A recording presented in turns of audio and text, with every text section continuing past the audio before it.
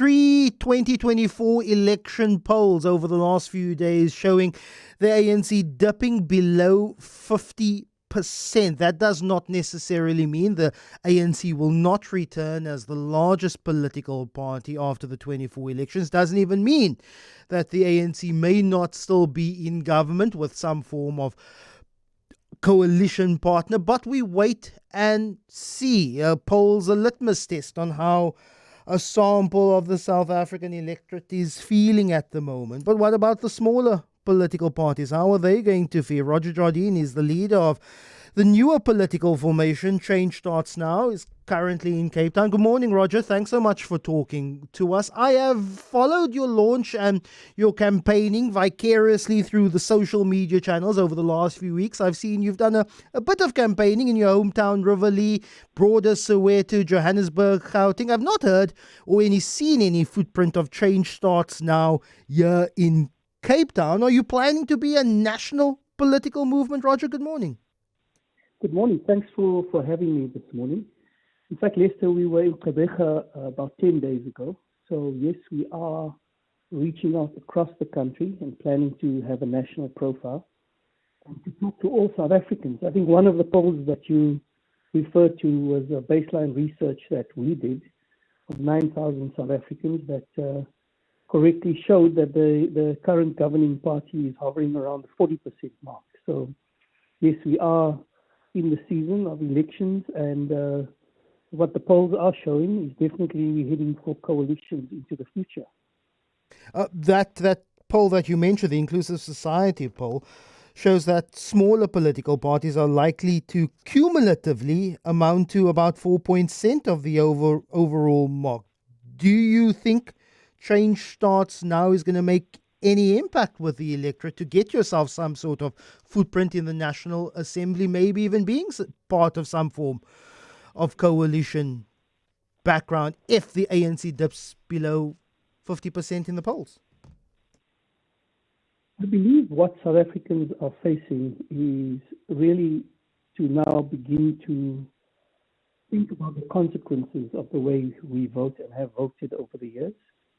Change Starts Now is precisely an initiative that was launched to say to our fellow citizens, we can't carry on this way. This election is a very important election. If we don't intervene and do something urgently, 2029, when the next election comes around, we're going to be having a very different conversation about the state of South Africa. So for many of us in Change Starts Now, it's about exercising our patriotism and wanting South Africa to be in a better place. And so we're going to work very hard with South Africans across the country to make sure that this election is an election of change. We all know that when we speak to our families, when we're on our WhatsApp groups, the word change is in the air and everyone is talking about this. We can't carry on like this. Last night, I met with a few community leaders in Mitchell's Plain. We talk about what Change Starts Now stands for, what we're aiming for. This campaign will continue, and we are receiving a very positive and strong response from South Africans across the board. What is change for you in South Africa? I have the broad strokes of what your election, what your party launch said a couple of weeks ago. But what for you? Also looking ahead to the State of the Nation address tomorrow night. What does change mean for you in South Africa? So yesterday I addressed the Cape Town Press Club. The State of the Nation, however one looks at it, and people here in Cape Town and surrounding areas will know, is one of disrepair and dysfunction. This morning, Cape Town is experiencing a massive breakdown in the commuter rail system.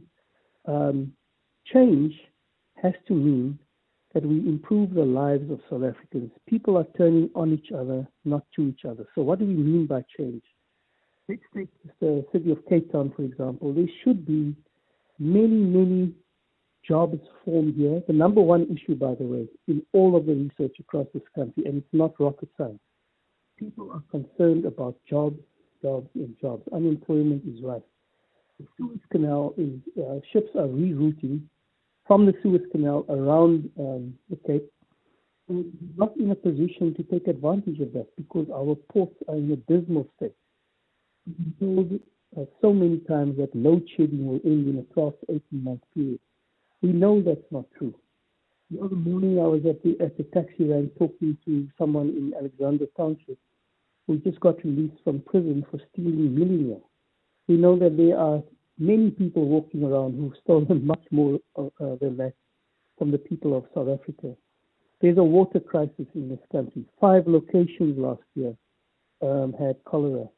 So for us, change, what does change look like? It looks like having a government that sees all of the people of this country and fixes the problems, and it's not rocket science.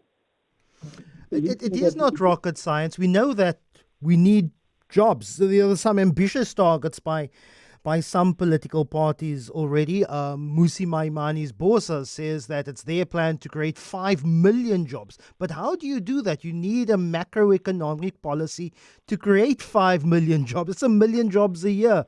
Currently, in this environment, it's not possible. What do we do? I know it's very broad brushstrokes when we talk about macro policy, but how do you create jobs in this current climate? So, Lester, over 10 years ago, or about 10 years ago, South Africa was presented with something called the National Development Plan, which was a good document. In that plan, the projection was that if we increase infrastructure investment to 30% of GDP by 2030, which is looming, we could reduce unemployment from the current levels to around the 10% mark. So I say it's not rocket science because what we are lacking is the political will to get things done. And there is so much gridlock in the current system that glaringly obvious solutions are being delayed or bypassed while we get involved in political soap operas. What South Africa needs is a government that is solely focused on the people of South Africa and not on its own political formations where there's shenanigans from day to day. And we as South Africans stand on the sideline watching all of this. So for me, it was a very important decision to step into this role to say, first of all, I wanted to be part of the solution and the political life of this country. I've been in the private sector for almost 25 years. I'm not a career politician. And to work with other like-minded people, there are so many things that South Africans can argue and disagree on. Let's park those things. Let's agree on the things that we need to get done to take South Africa forward, to create jobs. Crime security is another big issue for all of us. I mean, every person knows someone who has been affected by crime in this country. We need to fix that. So change starts now. We'll release its manifesto on the 19th of February. And we intend setting out not just describing the problems to South Africans, because we all know the problems. We need to set out solutions, and we need to move forward on the basis that we're going to fix things. As you say, we all know the problems in South Africa. I want to focus very quickly on the state of the nation. Yesterday, it was essentially 100 days plan for the Democratic Alliance. It's usually the Democratic Alliance has a pre-SONA expectation. John Steenhuisen and telling DA supporters yesterday that he's not interested in the State of a Nation address. He wants to look at the State of a Nation address after elections. Will you be listening to the president tomorrow night in the Cape Town City Hall? What are you expecting? Is it worthwhile to listen? Or do we need to focus on what happens after polls later this year? Well, I think like most South Africans, and the polls are showing, we are all exhausted. If you look at the last 10 sonas and the last 3 or so under President Ramaphosa, there were a lot of undertakings that were made, none of which have been fulfilled. So South Africans are legitimately very cynical, and it sort of becomes a non-event in the sense that we are all expecting more of the same. I will be listening. I think it's important to listen to what the president of the country has to say. But I do think that we need to raise our gaze into the future.